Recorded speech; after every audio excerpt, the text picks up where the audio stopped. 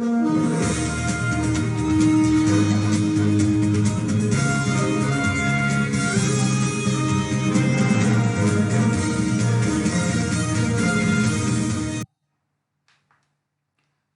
મિત્રો, હું જિગ્નેશ ગઢિયા યુવા ઉપનિષદ ફાઉન્ડેશનની યુટ્યુબ ચેનલમાં આપ સૌનું હાર્દિક સ્વાગત કરું છું. આજનો આપણો ટોપિક છે ટુડેઝ કરંટ ક્વિઝ. તારીખની વાત કરશું તો 24-25 મે છે એ તારીખનું કરંટ અફેર્સ છે આપણે લેવાના છીએ. તો જે મિત્રો હજી સુધી આપણી આ યુટ્યુબ ચેનલ સબસ્ક્રાઇબ નથી કરી તો ફટાફટ સબસ્ક્રાઇબ કરી લે અને બાજુમાં રહેલા બેલ આઇકોનને પ્રેસ કરે જેથી દરેક વિડીયોની માહિતી મળતી રહે. મિત્રો, અગાઉના સેશન અંતર્ગત આપણે પ્રેક્ટિસ ક્વેશ્ચન રાખ્યો હતો તો એની ચર્ચા કરી લે. એ પ્રેક્ટિસ પ્રશ્ન અંતર્ગત આપણે પૂછ્યું હતું કે તાજેતરમાં ચર્ચામાં રહેલ ગ્રીન ઇન્ડિયા મિશન કયા મંત્રાલય અંતર્ગત કાર્યાન્વિત છે? તો આપણો આન્સર છે અહીંયા ડી, પર્યાવરણ અને વન મંત્રાલય અંતર્ગત કાર્યરત છે. મિત્રો ખાસ ધ્યાન રાખજો કે આ ગ્રીન ઇન્ડિયા મિશન છે એ વર્ષ 2014માં ફેબ્રુઆરીમાં શરૂઆત કરવામાં આવ્યું હતું. તેનો મુખ્ય એમ એ જ હતો કે જે અત્યારના સમયમાં જે ફોરેસ્ટ કવર છે એ ઘટી રહ્યું છે, એટલે કે વૃક્ષોમાં ઘટાડો થઈ રહ્યો છે, તો વધારે વૃક્ષોનું વાવેતર થાય તો એની અંતર્ગત 5 મિલિયન હેક્ટર અંતર્ગત ફોરેસ્ટ કવર વધારવામાં આવશે એવો હેતુ છે આ ગ્રીન ઇન્ડિયા મિશન અંતર્ગત રાખવામાં આવ્યો હતો. તો આપણો પ્રશ્નનો આન્સર અહીંયા આવે છે પર્યાવરણ અને વન મંત્રાલય દ્વારા ની અંતર્ગત આ ગ્રીન ઇન્ડિયા મિશન કાર્યરત છે. તો મિત્રો આજનો પ્રથમ પ્રશ્ન હવે જોઈએ. આજનો પ્રથમ પ્રશ્ન છે કે તાજેતરમાં મોસમ વિભાગની જાણકારી કઈ એપ્લિકેશનના માધ્યમથી આપવાનું ચાલુ કરવામાં આવેલ છે? અહીંયા આપણા ઓપ્શન આપેલા છે તો આપણે આન્સર જોઈ લઈએ મિત્રો. તો આપણો આન્સર છે બી, ઉમંગ. આ ઉમંગ એપ છે એના દ્વારા હવેથી મોસમ વિભાગની જાણકારી આપવામાં આવશે. ખાસ ધ્યાન રાખજો, આ ઉમંગ એપ છે એની અંતર્ગત ઘણી બધી ગવર્મેન્ટ સર્વિસીસ છે આ એક પ્લેટફોર્મ ઉપર છે અવેલેબલ કરવામાં આવે છે. તો ઉમંગ એપ્લિકેશન અને એના દ્વારા જે સર્વિસ આપવામાં આવે છે તેની વાત કરી લઈએ. પહેલાં તો ઉમંગ એપ્લિકેશન દ્વારા હાલમાં ભારત હવામાન શાસ્ત્રની 7 સેવાઓ છે એ શરૂ કરવામાં આવેલી છે. પહેલાં ઉમંગનું ફૂલ ફોર્મ છે આપણે ખાસ કરીને જોઈ લઈએ. ઉમંગનું ફૂલ ફોર્મ છે unified mobile application for new age governance. આ ઉમંગનું ફૂલ ફોર્મ મિત્રો ખાસ ધ્યાનમાં રાખવાનું છે. તો આ જે સેવાની શરૂઆત છે 22 મેના રોજ પૃથ્વી વિજ્ઞાન મંત્રાલય, ખાસ ધ્યાન રાખજો, અર્થ સાયન્સ મિનિસ્ટ્રી છે એના સચિવ ડૉક્ટર એમ રાજીવન તથા આઈએમડી છે director general doctor M Mohapatra, એનજીડીના અધ્યક્ષ અને મુખ્ય કાર્યકારી અધિકારી શ્રી અભિષેક સિંઘ છે એની હાજરીમાં કરવામાં આવ્યું હતું. તો મિત્રો થોડીક આપણે પહેલાં ચર્ચા કરી લઈએ ઉમંગ એપ્લિકેશન છે એની. તો ઉમંગ એપ્લિકેશન હમણાં જ આપણે વાત કરી એમ એ ઓલ ઇન વન એપ્લિકેશન છે જે દરેક સર્વિસીસ છે એને વન પ્લેટફોર્મ એટલે કે એક પ્લેટફોર્મ છે એને પૂરું પાડે છે. અહીંયા ખાસ ધ્યાન રાખજો, આ એપ્લિકેશનની શરૂઆત છે 2017માં કરવામાં આવી હતી.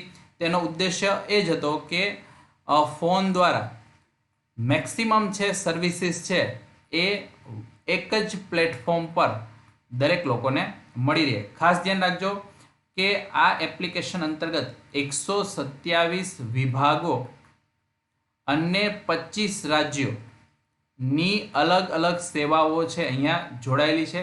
કુલ મળીને અત્યારે 660 કરતાં વધારે સેવાઓ છે આ ઉમંગ એપ્લિકેશન અંતર્ગત તમે મેળવી શકો છો. જેની અંતર્ગત તમે માની લો કે કોઈ પણ ડોક્યુમેન્ટ છે એ તમારે જોઈએ છે, અથવા ઈપીએફઓ છે એની સાથે સંપર્ક સાધવો છે, અથવા બીજી કોઈ કિસાન સુવિધા છે, પાસપોર્ટની બાબત છે. આવા તો ઘણા બધા વિભાગોને ઘણા બધા ડિપાર્ટમેન્ટની સેવા છે એ તમને આ ઉમંગ એપ્લિકેશન અંતર્ગત તમને મળી રહે છે. તો ખૂબ જ અગત્યની એપ્લિકેશન છે અને જો તમે હજી સુધી આ ઉમંગ એપ્લિકેશન ડાઉનલોડ ના કરી હોય તો ફટાફટ તમે ડાઉનલોડ કરી શકો છો. હવે વાત કરીએ કે કઈ 7 સેવાઓ છે એ આપવામાં આવશે. તો પહેલી બાબત છે કે વર્તમાન જે મોસમની જાણકારી છે એ આપવામાં આવશે. તેની અંતર્ગત હાલમાં તાપમાન કેટલું રહેલું છે, ભેજ કેટલો રહેલો છે, હવાની ગતિ કેટલી રહેલી છે, એવી બાબતો છે, એવી 150 શહેરોની બાબતો છે એ ટેલિકાસ્ટ કરવામાં આવશે. ત્યારબાદ કે સૂર્યોદય, સૂર્યાસ્ત, ચંદ્રોદય, ચંદ્ર અસ્ત, આવી બધી જાણકારી પણ અહીંયા આપવામાં આવશે. પછી બાબત છે નાવકાસ્ટ. નાવકાસ્ટ છે એમાં ખાસ ધ્યાન રાખજો કે ભારતના લગભગ 800 જેટલા સ્ટેશનો અને બીજા જે જિલ્લાઓ છે તો ત્યાં સ્થાનીય મોસમો સંબંધિત જે પણ ઘટનાઓ છે એની જાણકારી અહીંયા આપવામાં આવતી હોય છે. અને દર 3 કલાકે અલગ અલગ બાબતોની જાણકારી આપવામાં આવે છે. એટલે નાવકાસ્ટ ધ્યાનમાં રાખવાનું છે. પછી છે શહેરોના મોસમોનું પૂર્વ અનુમાન. તો આની અંતર્ગત 450 શહેરો છે એની 24 કલાક અંતર્ગત શું શું મોસમમાં ફેરફાર થયા એ બધી માહિતી અહીં આપવામાં આવશે. ત્યાર પછી વરસાદની સૂચના. તો વરસાદની સૂચના અંતર્ગત દૈનિક, સાપ્તાહિક, માસિક અને વાર્ષિક સૂચનાઓ છે એ આપવામાં આવશે. ત્યાર પછી વાત કરીએ તો મોસમની ચેતવણી. તો મોસમની ચેતવણી અંતર્ગત અલગ અલગ અલર્ટ છે એ જારી કરવામાં આવશે. આ અલર્ટ છે એ અલગ અલગ કલર કોડમાં જાહેર કરવામાં આવતા હોય છે, જેમ કે રેડ કોડ છે, ઓરેન્જ છે, ત્યારબાદ યલો અલર્ટ છે. તો આવી અલગ અલગ અલર્ટ છે એ જાહેર કરવામાં આવતી હોય છે. જેમ કે રેડ એલર્ટ જાહેર કરે તો એ ખૂબ જ ગંભીર શ્રેણી તમે ગણી શકો. તો આ બધી અલગ ચેતવણી જાહેર કરવામાં આવશે. અને ખાસ કરીને ચક્રવાત એટલે કે વાવાઝોડાની આગાહી છે એ પણ આની અંતર્ગત આપવામાં આવશે. તો હવે ખૂબ જ અગત્યની માહિતી ઉમંગ એપ્લિકેશન અંતર્ગત તમને મળી રહેશે. ત્યાર પછી જો બીજી બાબતની વાત કરીએ તો ત્યાર પછીનો આપણો પ્રશ્ન છે એ છે ભારતના ખેડૂતોની આવક બમણી કરવાના સંદર્ભમાં ચર્ચામાં રહેલી સ્વીટ રેવોલ્યુશન કયા ક્ષેત્ર સાથે સંબંધિત છે? આપણા ઓપ્શન અહીંયા આપેલા છે મિત્રો. તો ફટાફટ આપણે આન્સર જોઈ લઈએ. તો આપણો આન્સર છે બી, મધ ઉત્પાદન સાથે. ખાસ ધ્યાન રાખજો, સ્વીટ રેવોલ્યુશન એટલે કે મીઠી ક્રાંતિ છે એ જોડાયેલ છે મધ ઉત્પાદન સાથે. તો થોડીક ચર્ચા છે આપણે આની કરી લઈએ. તો ખાસ ધ્યાન રાખજો કે NCDC એટલે કે રાષ્ટ્રીય સહકારી વિકાસ નિગમ, તો એના દ્વારા આ મીઠી ક્રાંતિ અને આત્મનિર્ભર ભારતની થીમ પર એક વેબિનાર છે એનું આયોજન કરવામાં આવ્યું હતું. આ વેબિનાર છે એનો ઉદ્દેશ્ય એ જ હતો કે જે પણ ગ્રામીણ ગરીબો છે, નાના અને સીમાંત ખેડૂતો છે, તો એ બધાનો આજીવિકાનો જે સ્ત્રોત છે એ ક્યાંક ને ક્યાંક વધે. પછી એમની જે કૃષિ આવકની છે એમની પુરવણી થાય. પછી કૃષિ અને બાગાયતી ઉત્પાદન છે એ પણ ક્યાંક ને ક્યાંક વધે. તો એ બધી બાબતોને લઈને એક વેબિનારનું આયોજન કરવામાં આવ્યું હતું. હવે ખાસ ધ્યાન રાખજો કે હાલમાં સરકાર છે એ પણ ક્યાંક ને ક્યાંક મધમાખી ઉછેર છે એને પ્રોત્સાહન આપી રહી છે. તો પહેલી બાબત આપણે જોઈએ કે આપણે જે ટાર્ગેટ રાખ્યું કે 2022 સુધીમાં છે એ ખેડૂતોની આવક છે એ બમણી કરવી છે. તો ખેડૂતોની આવક છે બમણી કઈ રીતે થશે? તો એમની પાસે ક્યાંક ને ક્યાંક અલગ અલગ છે એ સ્ત્રોત હોવા જોઈએ. તો એક સ્ત્રોત અંતર્ગત એ મધમાખી ઉછેર છે એ કરી શકે છે. તો આત્મનિર્ભર અભિયાન અંતર્ગત છે એ 500 કરોડ રૂપિયા છે મધમાખી ઉછેર અંતર્ગત આપવામાં આવ્યા છે.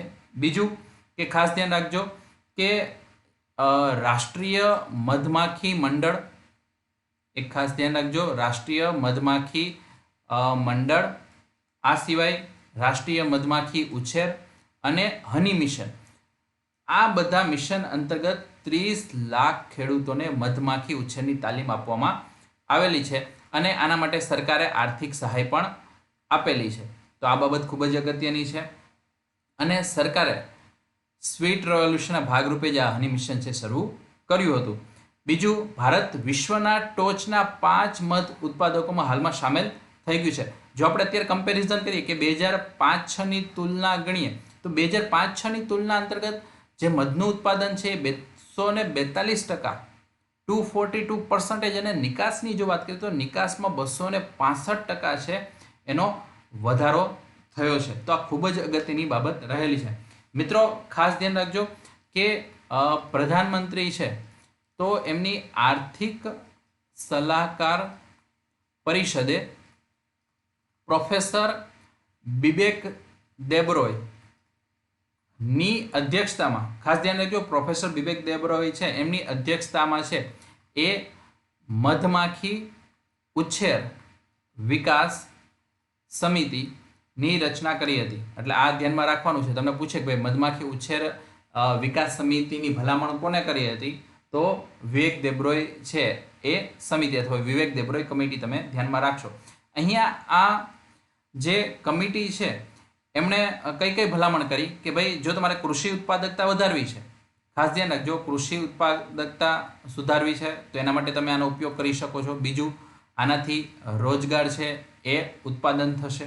બીજું, પોષકની વાત કરીએ તો પોષણ પણ વધશે અને એનાથી પોષક સુરક્ષા પણ આવશે અને જૈવ વિવિધતા છે એ જૈવ વિવિધતા પણ ટકી રહેશે.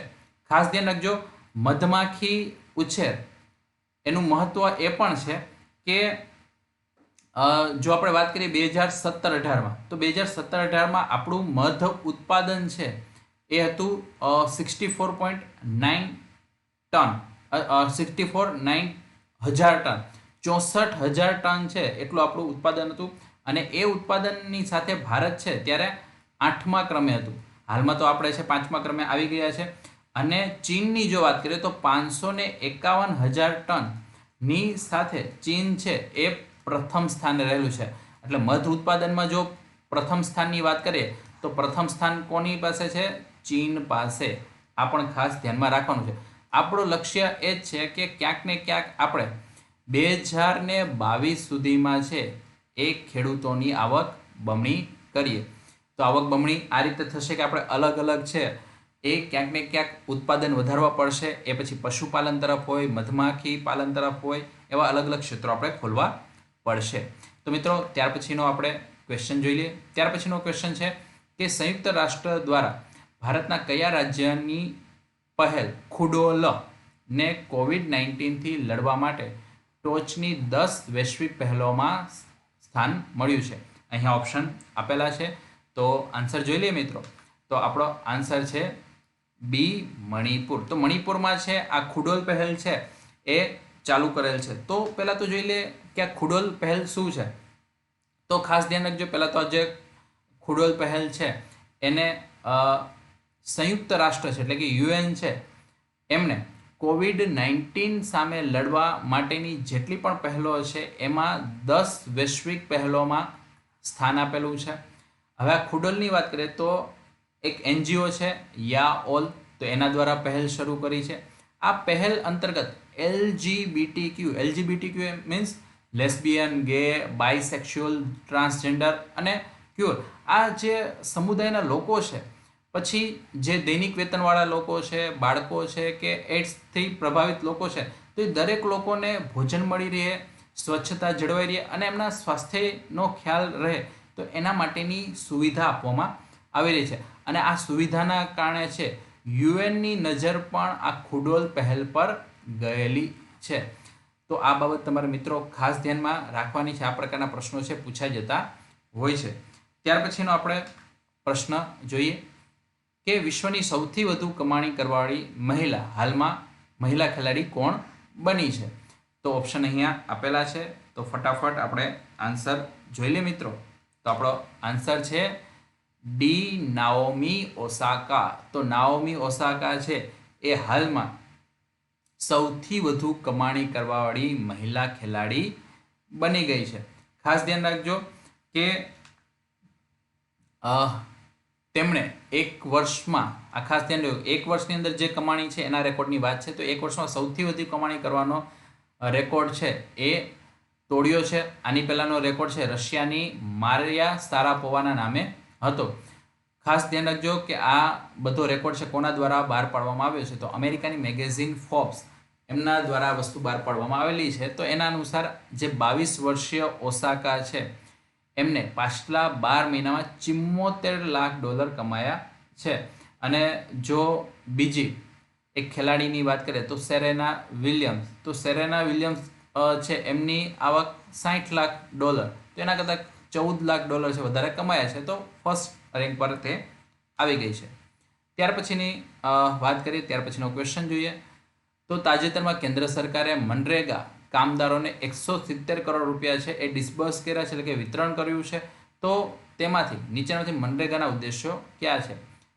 પહેલું, ગ્રામીણ અકુશળ મજૂરને 120 દિવસની વેતનની ખાતરી આપવી. બીજું, વાવેતરનો ખર્ચ ઘટાડવો. અને ત્રીજું છે વિકેન્દ્રીકરણ પ્રક્રિયા. તો આમાંથી કયા કયા વિધાનો છે સાચા છે? નીચે આપણા ઓપ્શન આપેલા છે, તો ફટાફટ આન્સર જોઈ લઈએ. તો આપણો આન્સર છે ફક્ત ને ફક્ત 3, એટલે કે અહીંયા પહેલું સેન્ટેન્સ ખોટું છે, બીજું સેન્ટેન્સ ખોટું છે, માત્ર ત્રીજું સેન્ટેન્સ છે એ જ સાચું છે.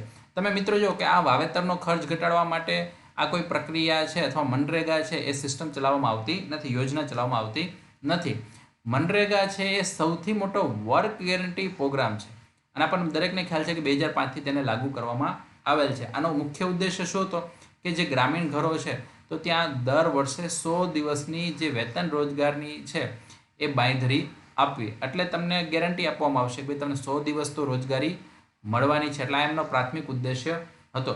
હાલમાં ઘણા બીજા પ્રોજેક્ટ્સ પણ આની અંતર્ગત હાથ ધરવામાં આવ્યા છે, જેના કારણે જે ગરીબ લોકો છે એમનો વિકાસ છે એ ટકાઉ થાય, સસ્ટેનેબલ ડેવલપમેન્ટ એમનું થાય. આ સિવાય જે પંચાયતી રાજ સંસ્થાઓ છે તો એમના કામોના આયોજન છે તેમના અમલીકરણમાં પણ વિકેન્દ્રીકરણની પ્રક્રિયા પર ભાર મૂકવામાં આવી રહ્યો છે. એટલે મનરેગા દ્વારા છે આ વિકેન્દ્રીકરણની પ્રક્રિયા છે એને પણ ક્યાંક ને ક્યાંક મજબૂત બનાવવામાં આવી રહી છે. ત્યાર પછીનો આપણો પ્રશ્ન જોઈએ કે તાજેતરમાં સેન્ટર નેશનલ સોલર મિશન દ્વારા કયા વર્ષ સુધીમાં 20,000 મેગાવોટ સોલર પાવર પ્રદાન કરવાનું લક્ષ્ય રાખવામાં આવ્યું છે? તો આન્સર જોઈ લઈએ મિત્રો. તો આપણો આન્સર છે 2022.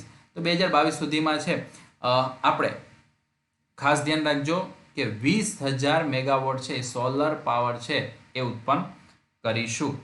તો એના માટે થોડુંક આપણે ચર્ચા કરી લઈએ. તો તમે જુઓ કે આ જે સોલર મિશન છે એ 3 ફેઝમાં ચાલી રહ્યું છે. પહેલો ફેઝ હતો 2010 થી 2013, બીજો ફેઝ હતો 2013 થી 2017, ત્રીજો ફેઝ હતો 2017 થી 2022. પહેલા ફેઝ અંતર્ગત 7 મિલિયન સ્ક્વેર મીટર છે એ સોલર કલેક્ટરની વાત હતી, એટલે કે એટલા વિસ્તાર છે આપણે એને જે સૂર્યપ્રકાશ ત્યાં પડે છે એને કલેક્ટ કરવાની વાત હતી. અને હાલમાં 20 મિલિયન સ્ક્વેર મીટર છે એ સોલાર કલેક્શન થાય છે. શરૂઆતની વાત કરીએ તો 2010 થી 2013માં ટાર્ગેટ હતો 1000 થી 2000 મેગાવોટ, અને એ જ ટાર્ગેટ અત્યારે વધીને 20,000 મેગાવોટ છે એ આપણે 2022 સુધી કમ્પ્લીટ કરવાનો છે. તો આ બાબત આપણે ખાસ ધ્યાનમાં રાખવાની છે નેશનલ સોલાર મિશન છે એની અંતર્ગત. તો થોડીક વાત કરી લઈએ તો આઈઆઈટી મદ્રાસ છે એના દ્વારા ઉદ્યોગ અને ઉર્જા પ્રદાન કરવા માટે ન્યૂ થ્રુ કલેક્ટર એ વિકસાવવામાં આવ્યું છે, અને તેની અંતર્ગત આપણે ટાર્ગેટ રાખ્યું છે 2022 સુધીમાં આપણે છે એ 20,000 મેગાવોટ છે એ ક્યાંક ને ક્યાંક પાવર છે જનરેટ કરી શકશું. બીજું કે જ્યાં પેરાબોલિક થ્રુ કલેક્ટર છે તો એ સૂર્યપ્રકાશને નાના વિસ્તાર પર કેન્દ્રિત કરે છે જ્યાં તે મોટા પ્રમાણમાં શોષાય છે, અને ત્યારબાદ તેનો ઉપયોગ ગરમી ઉત્પન્ન કરવા માટે થાય છે, અને ત્યારબાદ આ ગરમીથી ઉર્જા ઉત્પાદન થાય છે. તો આખી આ પ્રોસેસ છે એ આ પેરાબોલિક થ્રુ કલેક્ટર દ્વારા કરવામાં આવે છે. તો આ બાબત આપણે ખાસી ધ્યાનમાં રાખવાની છે. ત્યાર પછીનો આપણો ક્વેશ્ચન જોઈ લઈએ. તાજેતરમાં વિમોચન કરાયેલ પુસ્તક hope on my adventures on boats, train and planes કોનું છે? ખૂબ જ ફેમસ પ્રસિદ્ધ પુસ્તક છે. તો આન્સર જોઈ લઈએ મિત્રો. આપણો આન્સર છે એ રસ્કિન બોન્ડ. રસ્કિન બોન્ડ છે એમનો ખૂબ જ પ્રસિદ્ધ પુસ્તક છે hope on my adventure, boat ઉપર, ટ્રેન ઉપર અને પ્લેન ઉપર. તો થોડીક ચર્ચા કરી લઈએ. તો હાલમાં જ છે રસ્કિન બોન્ડના 86માં જન્મદિવસ પર છે આ પુસ્તકનું વિમોચન કરવામાં આવ્યું. આ નવા ઈ પુસ્તકનું લોન્ચિંગ છે સ્પીકિંગ ટાઈગર દ્વારા કરવામાં આવ્યું છે. આ પુસ્તકમાં છે એ બોન્ડે તેમના કેટલાક યાદગાર પ્રવાસો છે એની વાતો લખી છે, અને એટલા માટે જ આ બધા એડવેન્ચર જે એમને બોટ ઉપર, ટ્રેન ઉપર અને પ્લેન ઉપર જે એડવેન્ચર છે એ અનુભવ્યા છે એના પ્રવાસની વાતો અહીંયા લખી છે. ત્યાર પછીનો આપણો ક્વેશ્ચન જોઈએ. તાજેતરમાં કયા વિભાગે society on society of Indian defence manufacturers એટલે કે SIDM અને ભારતીય ઉદ્યોગ સંઘ confederation of Indian industry CII સાથે મળીને society of Indian defence manufacturer MSME conclave 2020નું આયોજન કર્યું. થોડોક લાંબો પ્રશ્ન છે, પણ આવા પ્રકારના પ્રશ્નો પણ હાલમાં પૂછાય છે. નીચે ઓપ્શન અહીંયા આપેલા છે, તો ફટાફટ આન્સર જોઈ લઈએ. તો આપણો આન્સર છે ડિપાર્ટમેન્ટ ઓફ ડિફેન્સ પ્રોડક્શન. તો એના દ્વારા MSME કોન્ક્લેવ 2020નું આયોજન કરવામાં આવ્યું છે.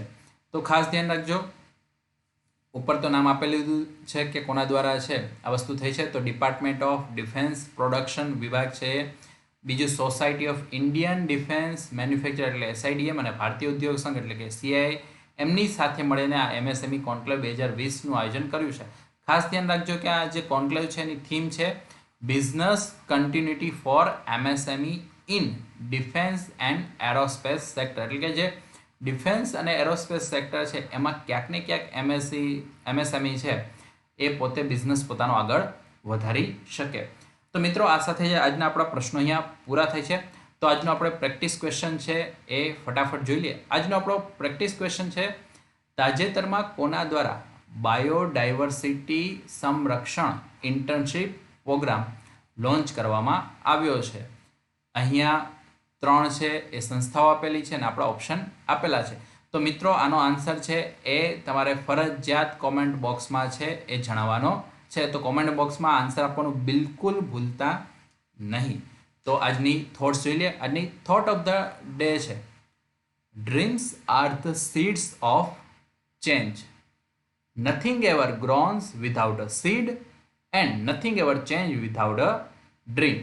તો મિત્રો ખાસ ધ્યાન રાખજો કે આપણો જે ડ્રીમ છે, આપણા જે સપનાઓ છે એ જ ક્યાંક ને ક્યાંક બદલાવ માટેના બીજ છે. એટલે જો તમારે કઈ વસ્તુ બદલાવી છે તો પહેલાં તો સપના જોવા પડશે, કારણ કે સપનાઓ છે એ જ ક્યાંક ને ક્યાંક બદલાવ માટેના બીજ છે. ખાસ ધ્યાન રાખજો કે કોઈ પણ બીજ વગર છે કોઈ વસ્તુ ઉગતી નથી, ગ્રો થતી નથી.